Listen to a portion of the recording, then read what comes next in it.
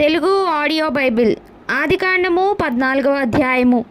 షీనారు రాజైన అమ్రాపేలు, ఎల్లాసరు రాజైన అర్యోకు, ఏలాము రాజైన కదొర్లాయోమేరు, గోయీయుల రాజైన తిదాలు అను వారి దినములలో వారు సొదొమ రాజైన బెరాతోను, గొమర్రా రాజైన బిర్షాతోను, అద్మా రాజైన షినాబుతోను, సెబోయియుల రాజైన షెమేబేరుతోను, సోయరను బెలారాజుతోనూ యుద్ధము చేసిరి.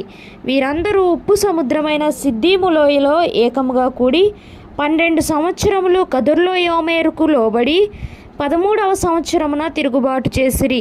14వ సంవత్సరమున కదొర్లాయోమెరును అతనితో కూడిన రాజులను వచ్చి అస్తారోత్ కర్నాయిములో రెఫాయియులను, హాములో జూజీయులను, షావే కిర్యాతీము మైదానంలో ఏమీయులను కొట్టిరి. మరియు హోరీయులను అరణ్యము దగ్గరనున్న ఏల్పారాను వరకు తరిమి షేయీరు పర్వత ప్రదేశంలో వారిని కొట్టిన తరువాత తిరిగి కాదేశను ఏన్మిష్పతుకు వచ్చి అమాలేకీయుల దేశమంతటిని హసాసోన్ తామార్లో కాపురమున్న అమ్మోరీయులను కూడా కొట్టిరి. అప్పుడు సొదొమ రాజును, గొమర్రా రాజును, అద్మా రాజును, సెబోయిము రాజును, సోయరను బెలారాజును బయలుదేరి సిద్దీము లోయలో వారితో అనగా ఏలాము రాజైన కదొర్లాయోమెరు, గోయీయుల రాజైన తిదాలు, షీనారు రాజైన అమ్రాపేలు, ఎల్లాసరు రాజైన అర్యోకు అను నలుగురితో 5 రాజులు యుద్ధము చేసిరి. ఆ సిద్దీము లోయలో విస్తారమైన మట్టికీలు గుంటలు ఉండెను. సొదొమ గొమొర్రాల రాజులు పారిపోయి వాటిలో పడిరి. శేషించిన వారు కొండకు పారిపోయిరి. అప్పుడు వారు సొదొమ గొమొర్రాల ఆస్తి యావత్తును వారి భోజన పదార్థములన్నీ పట్టుకొని పోయిరి. మరియు అబ్రాము సహోదరుని కుమారుడైన లోతు సొదొమలో కాపురముండెను గనుక అతన్ని అతని ఆస్తిని పట్టుకొని పోగా తప్పించుకున్న ఒకడు వచ్చి హెబ్రీయుడైన అబ్రామునకు ఆ సంగతి తెలిపెను. అప్పుడు అతడు ఎష్కేలు సహోదరుడును అనేరు సహోదరుడునైన మమ్రే అని అమోరీయును ఏలోను వనములో కాపురం ఉండెను. వీరు అబ్రాముతో నిబంధన చేసుకున్నవారు. అబ్రాము తన తమ్ముడు చెరపట్టబడినని విని తన ఇంట పుట్టి అలవరచబడిన 310 వెంట పెట్టుకొని దాను మట్టుకు ఆ రాజులను తరిమెను.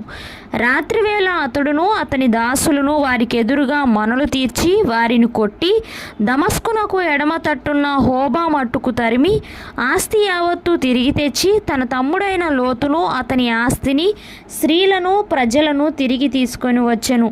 అతడు కదొర్లాయోమెరును అతనితో కూడానున్న రాజులను ఓడించి తిరిగి వచ్చినప్పుడు సొదొమ రాజు అతన్ని ఎదుర్కొనుటకు రాజులోయ అను షావే లోయ మట్టుకు బయలుదేరి వచ్చెను.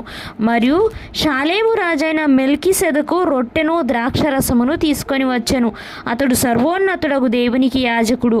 అప్పుడు అతడు అబ్రామును ఆశీర్వదించి ఆకాశమునకు భూమికిని సృష్టికర్తయును సర్వోన్నతుడనైన దేవుని వలన అబ్రాము ఆశీర్వదింపబడునుగా కానియు నీ శత్రువులను నీ చేతికి అప్పగించిన సర్వోన్నతుడగు దేవుడు స్తుతింపబడునుగా కానియు చెప్పెను. అప్పుడు అతడు అన్నిటిలో ఇతనికి 10వ వంతు ఇచ్చెను. సొదొమ రాజు మనుష్యులను నాకిచ్చి ఆస్తిని నీవే తీసుకొనమని అబ్రాముతో చెప్పగా అబ్రాము, నేనే అబ్రామును ధనవంతునిగా చేసి తినని నీవు చెప్పకున్నట్లు ఒక నూలు పోగైనను చెప్పుల వారైనను నీ వాటిలో ఏదైనను తీసుకొననని ఆకాశమునకు భూమికిని సృష్టికర్తయును సర్వోన్నతుడగు దేవుడునైన యెహోవా ఎదుట నా చెయ్యి ఎత్తి ప్రమాణము చేసి ఉన్నాను.